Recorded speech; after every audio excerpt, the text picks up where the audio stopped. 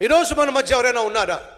నువ్వు చేసిన తప్పు వల్ల ఉద్యోగం పోగొట్టుకొని, నువ్వు చేసిన మోసం వల్ల వ్యాపారం అంతా కుప్పగూలిపోయి, నువ్వు ఏర్పరచుకున్న అక్రమ సంబంధం వల్ల కుటుంబం కూడా దూరం చేసుకొని, బిడ్డలను దూరం చేసుకొని, నీకున్న గర్వం వల్ల, కోపం వల్ల, ఆవేశం వల్ల అందరినీ దూరం చేసుకొని అనాథగా మిగిలిపోయి ఈరోజు అడ్రస్ లేకుండా జీవిస్తున్నావా? అయితే నీకు శుభవార్త, నీలాంటి వారి కోసం నా దేవుడు వెతుకుతున్నాడు. ఎందుకని?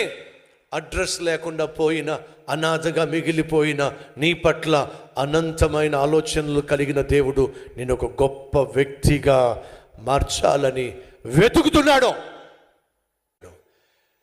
ఎవరికైతే నువ్వు భయపడుతూ జీవిస్తున్నావో వారిని నువ్వు భయపెట్టేవాడిగా నా దేవుడు చేయబోతున్నాడు.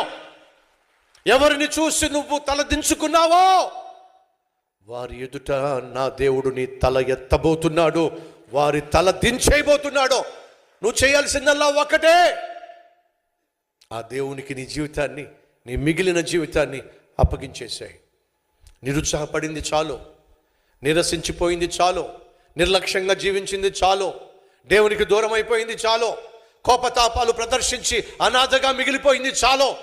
నీలాంటి అనాథను, అంతకున్నే దేవుడు వెతుకుతున్నాడు. అద్భుతమైన భవిష్యత్తు నీకు ఇవ్వాలని చెప్పి ఈరోజు నీ జీవితాన్ని ప్రభువుకి అంకితం చేస్తే నువ్వు మునుపెన్నడూ చూడనటువంటి అద్భుతమైన ఆత్మీయతను చూస్తావు, అద్భుతమైనటువంటి ఆశీర్వాదాన్ని నువ్వు అనుభవిస్తావు.